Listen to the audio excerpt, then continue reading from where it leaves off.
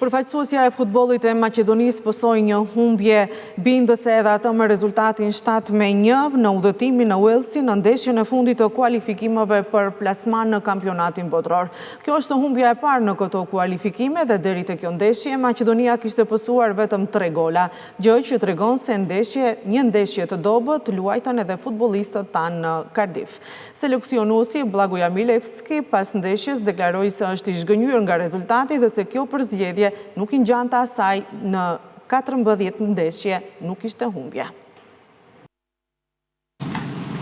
Секако дека не ни е сеедно на сите нас, особено на мене, затоа што одговорноста е моја, секогаш била и ќе биде, затоа што јас стојам зад тимот, секако дека резултат кој резултат